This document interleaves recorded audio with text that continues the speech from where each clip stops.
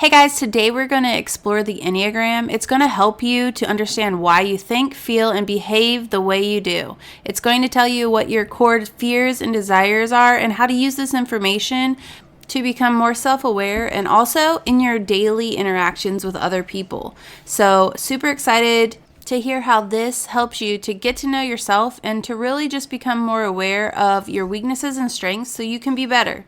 Plus, who doesn't like a good personality test? Welcome back to My Mother's Daughter podcast, where we choose to focus on the controllables, jump off the hamster wheel of grief, and take steps to honoring our loved ones by living a life filled with gratitude, joy, and abundance. It's time to get stubborn about what we want and choose to lean into who we were meant to be, while drinking too much caffeine, owning way more workout pants than we'd like to admit, and dreading that nightly dinner talk almost as much as waking up early. You feel me, sister?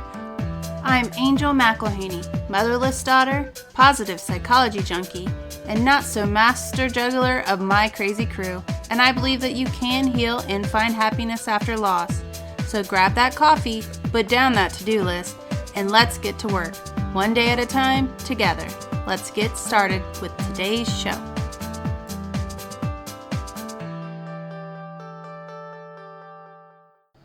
Hey guys, have you ever wondered why you do what you do? I feel like this episode is going to really help you to get to know yourself a little better. So we're going to be talking about the Enneagram. It is a geometric figure, think of it like that, with little points, so there's 9 points.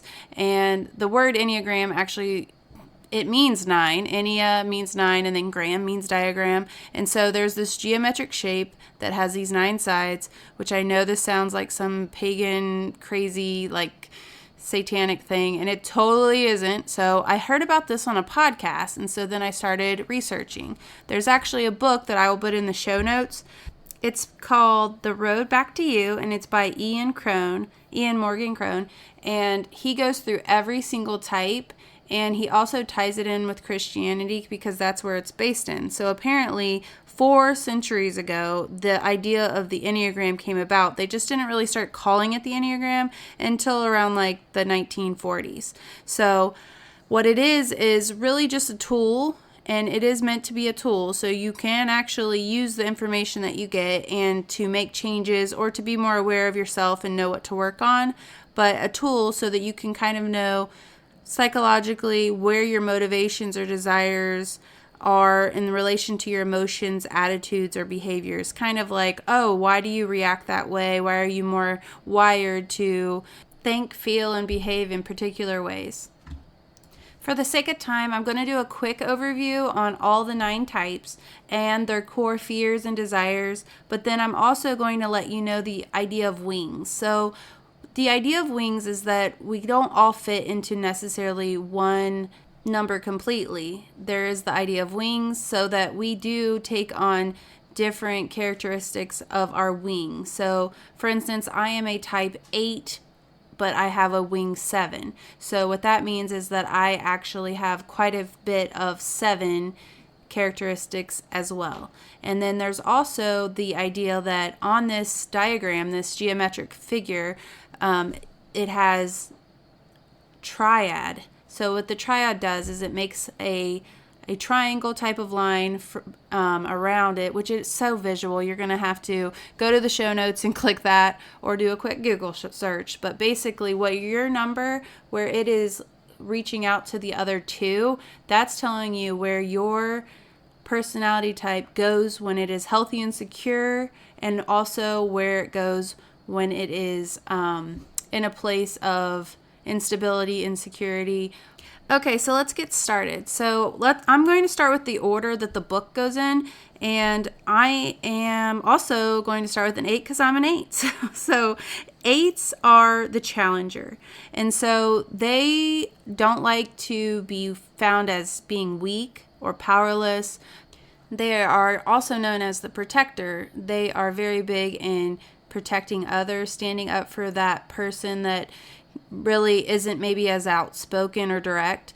Sometimes this number in particular gets kind of a bad rap because they're very misunderstood as being a little bit of a bulldozer or pushy, but they're also really good in business or really being direct. And then they also can sometimes be intense. So there's this constant need to kind of assert themselves, to really go against any opposition. And then they really, though, their core fear is, along with being weak and that sort of thing, is betrayal. So trust is huge with them, and it's really hard for them to be vulnerable. I think that's why when I was starting to do this podcast, I was starting to overthink everything, because I knew that the first episode was going to have to be my personal story, and that is a vulnerable place. So as an 8, my healthy and secure number, or on the triad, is going to be a 2, and that is the helper. And then whenever I am unhealthy or insecure, I'm going to do the kind of move to the negative traits of the 5. And I know this is going to seem very overwhelming without seeing the diagram, because this is, as I said, a very general overview. I do hope to be able to get a actual Enneagram coach on here. So make sure that you guys share the podcast so that we can get more people to be on the show. It really does matter, especially because they look at the downloads and that sort of thing when they decide to be interviewed for a podcast. So yeah, I digress. But anyway, so that is number 8. Number 9 is the next one. And so typically your wings will be numbers that are on either side of you. So either a 7 or a 9. So mine is a 7, which we'll get to that later. But 9 is called the Peacekeeper. And they really fear conflict. So this is someone that definitely does not want to stand up for themselves. They don't like to be rushed with their decisions. They feel like they are shut out a lot or misunderstood. They are very trusting. They're good-natured. They're very optimistic. They're non-judgmental. They're really good listeners and a really great friend. They desire that inner stability of peace of mind, and often can be seen as quiet or calm. And then the triad for the 1 is going to be a 7 or a 4. So just to reference later. Now on to number 1. So as I said before, there are 9 types. So we did 8, 9, and now we'll go back to 1. 1 is the perfectionist. Perfectionists want to be good. They want to be doing the right thing. They are all about integrity, and they really desire to be right. So they do have a really strong fear of being corrupted or evil or bad, that they are going to be wrong about something. And so one of the weaknesses of the 1 is that they might find out that they are dissatisfied with themselves if they're not perfect. They might, I feel like this is probably Hermione Granger. So just super hard on themselves. They just need to be kind of told, like, you are good, you don't need to be perfect. And so that's the 1, and they are going to have, again, the wings of a 9 or a 2. So when they're healthy, they're going to take on a traits of a helper. And then when they're not, they're going to take on those negative traits of a 9. All right, number 2 is the helper. And so this one has the triad of a 4 or an 8.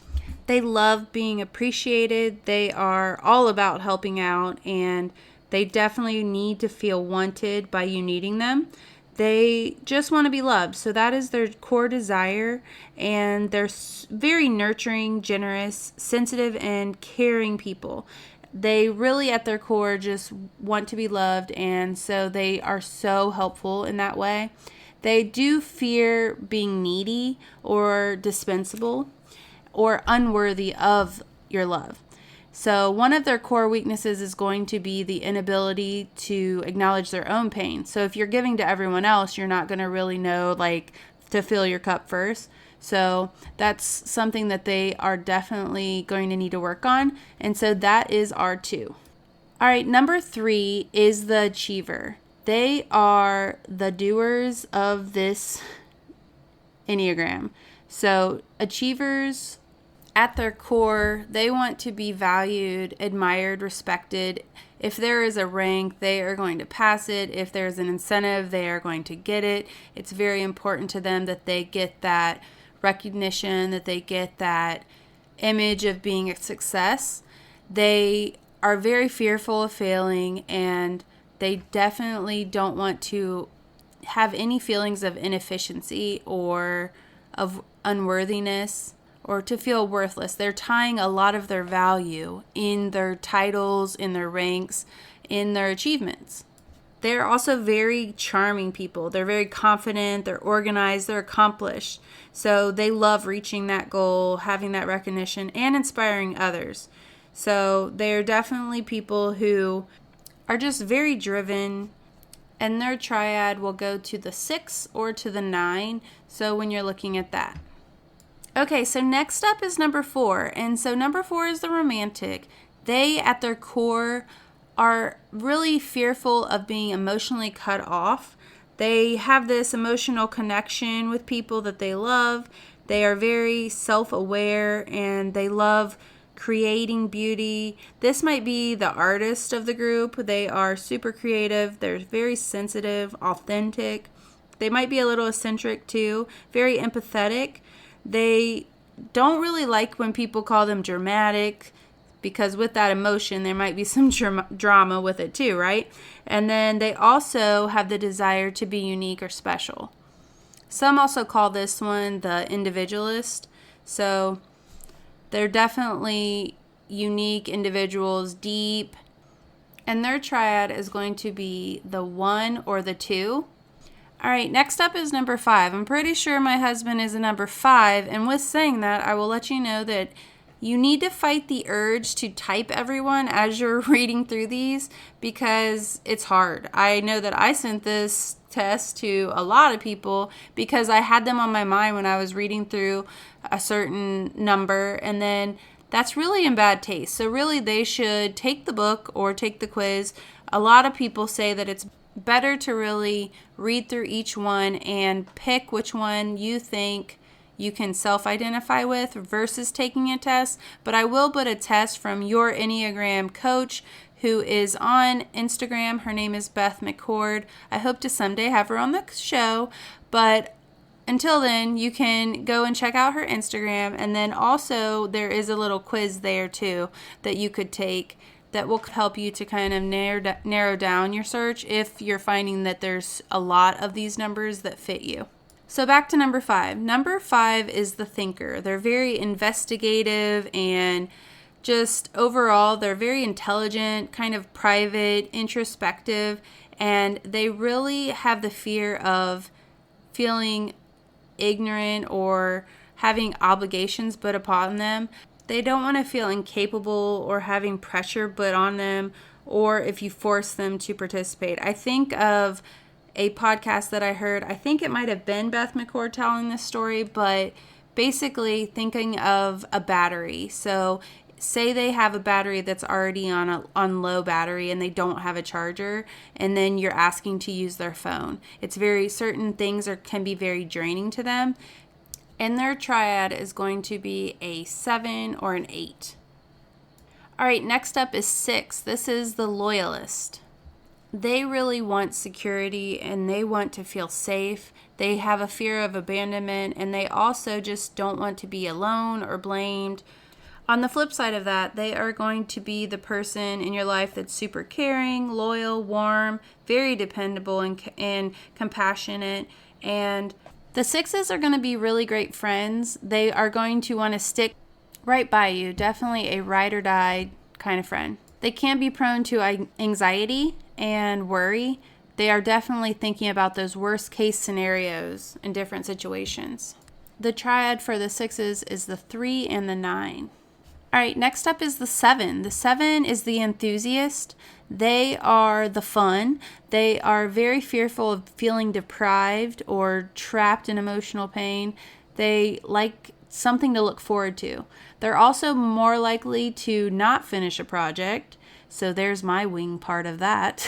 And they are creative. They like to have fun. They like to really fill up their life with a lot of experiences and to really have a desire to be happy, to feel satisfied. What can sometimes happen is they're filling this vase full of so many things, but then they're finding that it has holes in it. So it can be definitely this two-sided coin of, on the one hand, having so much fun. This is the person that wants to go out with girls' night outs or nights out with friends, trying new things, super spontaneous. But then on the other side, they do have a fear of not feeling included, of people criticizing them, or people just dismissing their pain. And so this is definitely something to think about for the 7s. Their triad is the 1 and the 5. All right, so that is all of the numbers from 1 through 9, and so I hope this very quick overview can help you to kind of get a taste of what the Enneagram is. I definitely think you should go and read the book or follow Beth McCord on Instagram so you can get more information on that.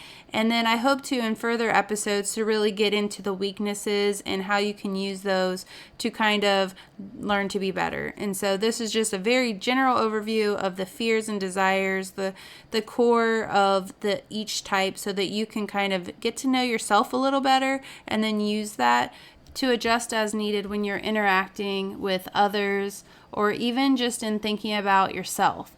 So I know for me, it's been super helpful because it can tell me, oh, well, God made me this way. That doesn't mean it's an excuse to just act, bulldoze everyone since I'm an 8, but it does give me reason why I am the way I am. And so in taking that, I can look at those positives and then I can work on those negatives. And then maybe the next time I'm super frustrated and reacting in anger, as an 8 does, I can kind of take a step back and try to actually really pay attention to what I'm feeling. And so I think this is going to be super helpful for everybody, and I want to know what you are. So why don't you find me on Instagram? My handle is angel.mcilhaney. Check out the cover art or the show notes for that last name. And you can also find me on Facebook, but screenshot the episode, share it, and then let me know what type you are after you take the quiz. I'll pop it in the show notes. And until next time, I just want to remind you, you are your mother's daughter, and you are strong, and you are capable, and you can handle anything that this world throws at you. Hey mama, before you go, if you found value in this, or you learned something new, it means so much to me, and that is the biggest thank you that you can do. If you found value in this, just pop over, leave a quick review or rating, and if you want extra kudos, you can screenshot this episode number, share it in your Instagram stories, and tag me. I would love to know that you are listening and what your favorite show is. All right, I'll see you there, and until then, remember to take it one day at a time together.